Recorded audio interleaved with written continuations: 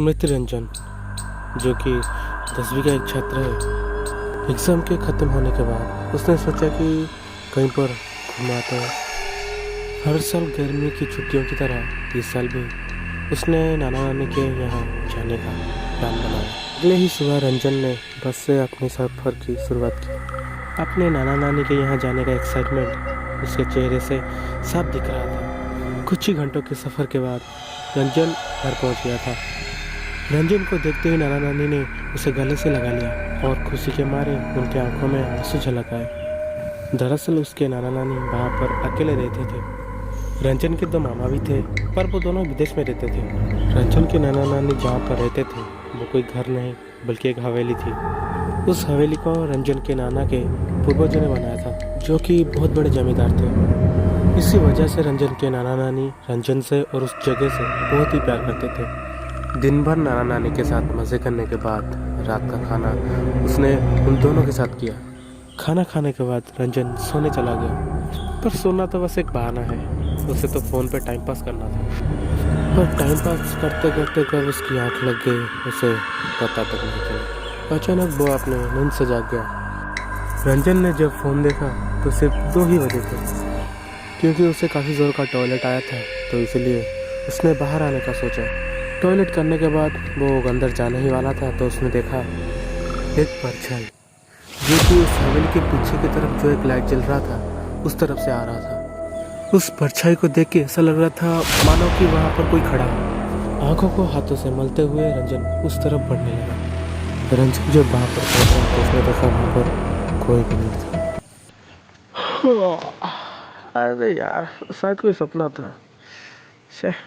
यही सोच के रंजन सोने चला गया।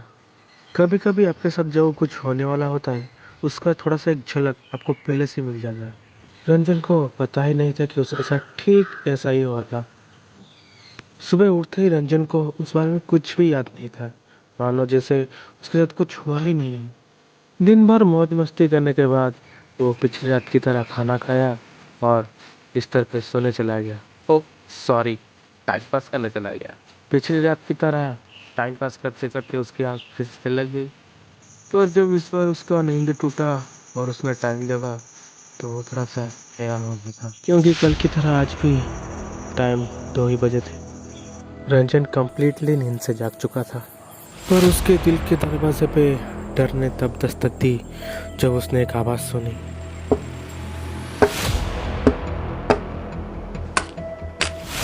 डरते हुए उसने अपनी कांपती पैर उस आवाज़ की दिशा में मोड़ दी।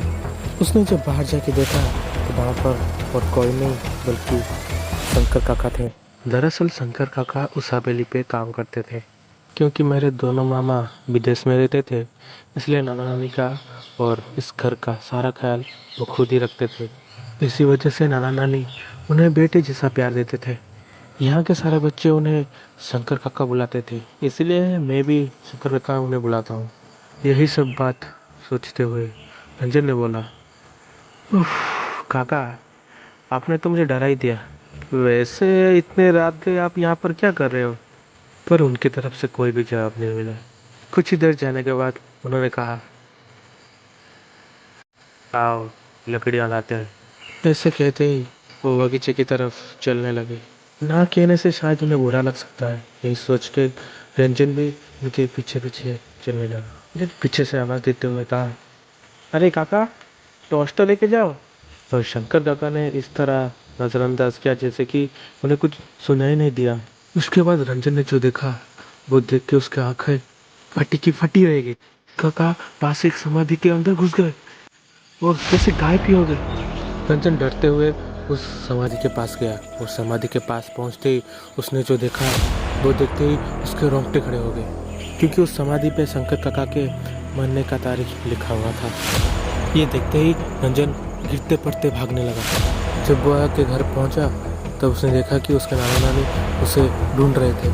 कांपते हुए उसने अपने नाना नानी को अपने आप बीती के बारे में सब कुछ बताया। ये सुनते ही नानी रोने लगी और नाना उन्हें संभालते संभालते रंजन को सब कुछ बताया। दरअसल काका को कोई बीमारी थी। इसी बीमारी के चलते वो जब लकड़ी काटने के लिए गए थे तो वहाँ पर उनकी मौत हो गई थी। क्योंकि उनका काम अधूरा था तो अपने अधूरा काम पूरा करने के लिए तो अक्सर दिख जाया करते थे। उस दिन से रंजन को कभी भी काका नहीं दिखे। रंजन डरता तो था, लेकिन उसे मालूम था कि काका उसके अपने हैं। हेलो दोस्तों, उम्मीद करता हूँ आपको ये कहानी पसंद आई होगी, और अगर पसंद आई होगी तो लाइक, शेयर एंड सब्सक्राइब ज़रूर कीजिएगा। मिलते हैं आपसे एक और कहानी के साथ, तब तक के लिए बाय और नमस्ते।